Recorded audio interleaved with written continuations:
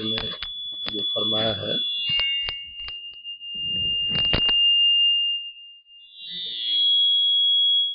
کیا صوم لی وانا اجزی بھی، بخاری کی حدیث ہے یہ روزہ میرے لیے ہے اور میں اس کا بدلہ دوں گا. صوم لی وانا اجزی بھی. حالانکہ تمام عبادات اللہ کے لیے کرتے ہیں. ہم نماز پڑھتے ہیں، اللہ کے لیے نماز پڑھتا ہوں، اللہ کے لیے روزہ رکھتا ہوں، اللہ کے لیے حج کرتا ہوں. ہر ایک عمل میں اللہ کی ذات ہوتی ہے تو عبادت کہلاتی ہے.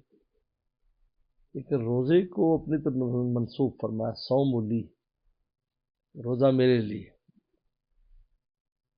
معلوم ہے کہ روزے میں کوئی ایسی شان ہے جو دوسری عبادات میں نہیں.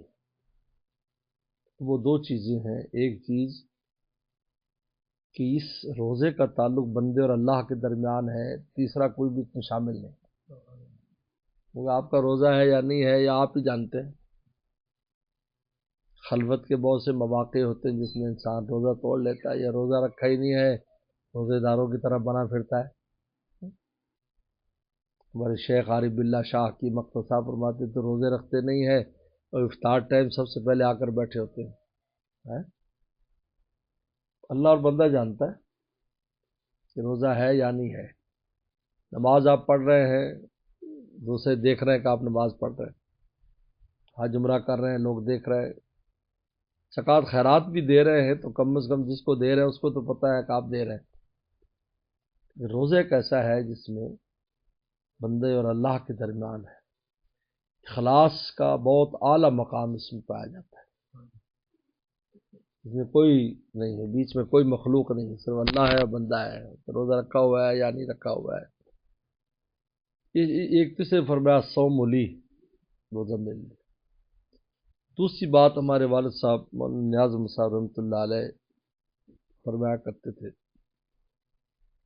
کہ جب سے دنیا بنی ہے خیر اللہ کی بھی عبادت کی ہے لوگوں نے، بتوں کی کی ہے، درختوں کی کی ہے، چاند سورج ستاروں کی بات کی ہے.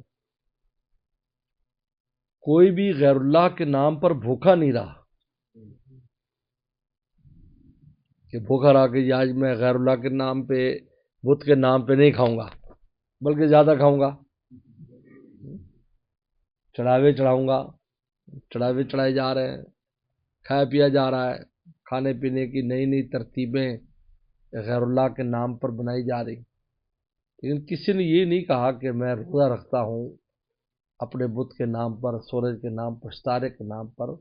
روزہ مومن ہی نے رکھا ہے اللہ کے نام پر. صوم لی، اس لیے کہ وہ چیز جو نفس کے خلاف ہو وہ کرنا آسان نہیں ہے. وہ واہ بھی نہیں ہے. روزہ رکھا اس میں کوئی واہ ہو، اس لیے کہ پتہ ہی نہیں ہے. اور چیزوں میں تو واہ ہو جاتی ہے. بڑا نمازی ہے جی، بڑا حجی ہے جی، بڑا عمری ہے. الصوم لی، یہ غیر اللہ کے لیے نہیں ہوا سروئے زمین پر، یہ صرف اللہ کے لیے انجام. انا اجزی بھی، میں بدلہ دوں گا. اجزی بھی، انا اجزی بھی کا مطلب یہ ہے کہ وہ جو اس کا عوض دیا جائے گا روزے کا، اس میں بھی خاص شان ہو. نماز کا بدلہ ملے گا، دوسری عبادات کا. وہ فرشتے، بیچ میں فرشتوں کا واسطہ ہوگا. لیکن جب روزے کی باری آئے گی، انا اجزی بھی فرمایا میں خود اس کا بدلہ دوں گا، جس کا صرف میرے ساتھ تعلق ہے، بیچ میں کوئی اور نہیں ہے.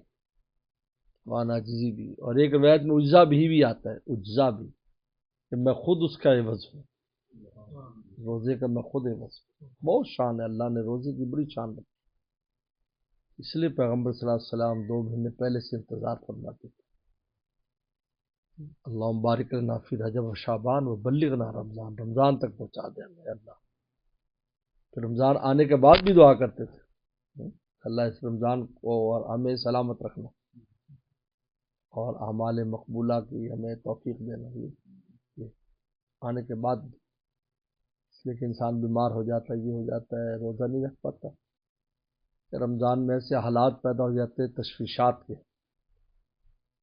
یہ دو چیز روزے میں سخت مضر ہے. ایک تشویش قلبی، حکیم علامت خان نے لکھا ہے کہ تشویش نہیں ہونی چاہیے. قلب کو تشویش سے بچاؤ، چاہے دنیاوی کیوں نہ ہو. ورنہ پورے سال تشویش میں رہو گے۔ بالکل بالکل مطمئن رکھو، جو ہے بس اللہ پر ڈال دو اور دعا کر دو بس۔ ابھی تشویش میں ڈالو، فکرات میں ڈالو، یار کیا بنے گا، کیا ہوگا جی، کیا ہوگا۔ تھانوی میں سخت منع فرمایا ہے، یہ تشویش کا زمانہ نہیں ہے، یہ تو راحت کا زمانہ ہے۔ اس میں آپ تشویش پیدا کریں گے، اگر مچھلی پانی میں تڑپنے لگ جائے گی تو پھر بعد میں کیا کرے گی پانی سے نکل کر؟ یہ تو مرنا ہی ہے، موت ہے اس کے۔ یہ تو مومن کے لیے ایک مائے بارد کی طرح ہے، اس میں سکون پاتا ہے۔ لہذا رمضان میں ایک تو تشویش نہیں ہونی چاہیے، قلب کو تشویش سے یکسو کر لیں، نکال دیں بس، جو ہے اس کو جو رمضان کے بعد دیں، جو وہ یار رمضان کے بعد بس چھوڑو ابھی۔ اس سے کیا ہوگا، پورے سال اطمینان قلبی نصیب ہو جائے گا، آپ کے مسائل اتنی آسانی سے حل ہوں گے۔ یعنی گر کی بات ہے، جن چیزوں سے آپ کو تشویش ہو رہی ہے اس پہ آپ ابھی تشویش نہ رکھیں تو وہ تشویشات ختم بھی فرما دیں گے، مسئلہ حل ہو جائے گا، چلو بات ختم ہو گئی۔ اگر اب تشویش رہیں گے تو مزید تشویشات کے حالات پیدا ہوں گے۔ اس لیے فرمایا کہ رمضان کو ہمارے لیے سلامت رکھ، اسلام رمضان کی سلامتی یہ ہے کہ ایسے حالات پیدا نہ ہوں جس سے تشویشات میں اضافہ ہو، کیونکہ مشوش قلب جو ہے یہ اللہ تک نہیں پہنچتا، پکی ٹھکی بات ہے۔ جس گھر میں دل میں زیادہ تشویش پریشانی، اللہ تک کبھی نہیں پہنچ سکتا، خواہ کتنی عبادت کر لے، اس لیے کہ یکسو پہنچتا ہے، مشوش نہیں پہنچتا۔ یکسو میں نے سیدھا جا رہا ہے، مشوش کبھی دائیں جا رہا ہے کبھی بائیں جا رہا ہے، تو منزل پر کون پہنچے گا بولو؟ سیدھا جانے والا نا، جو کبھی ادھر جا رہا ہے کبھی ادھر جا رہا ہے تو پہنچنے نہیں پڑے، ادھر ادھر گم ہو جائے گا۔ فتفرق بکم سبیلہ، ادھر ادھر راستوں میں سے صراط مستقیم سیدھا راستہ ہے۔ ایک تو یہ، نمبر دو گناہ سے بچے۔ اگر اس زمانے میں بھی گناہ سے نہیں بچ سکا تو 11 مہینوں میں بچنا مشکل ہے۔ یہ بزرگوں نے لکھا ہے کہ پوری کوشش کرے کہ ایک لمحہ بھی گناہ نہ ہو، نہ آنکھ سے، نہ زبان سے، نہ کان سے، بالکل کوئی گناہ کا بالکل اپنے آپ کو ایسے سیف کر لے جسے سیف الماری میں مال رکھا ہوتا ہے جس سے پہنچنا مشکل ہے، کیونکہ شیطان تو بند ہے لیکن نفس تو لگا ہوا ہے نا بیچ، اور شیاطین الانس جن بند ہے، انس تو پھر بھی نکلے ہوئے، شیاطین الانس تو باہر ہے۔ تو اس لیے گناہ سے جب بچے گا تو 11 مہینے تقوی سے رہنا آسان ہوگا۔ یہ دو چیزوں کا بڑا اہتمام کرے رمضان میں، ایک تشویش قلبی سے بچے اور دوسرا گناہ سے بچے۔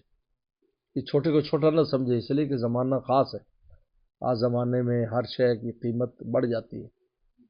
اگر اللہ تعالیٰ کی رحمتیں آ رہی ہیں اور نفل پر فرض اور فرض پر 70 ہے تو گناہ کے اوپر بھی عقوبت بہت سخت ہے، یاد رکھیں۔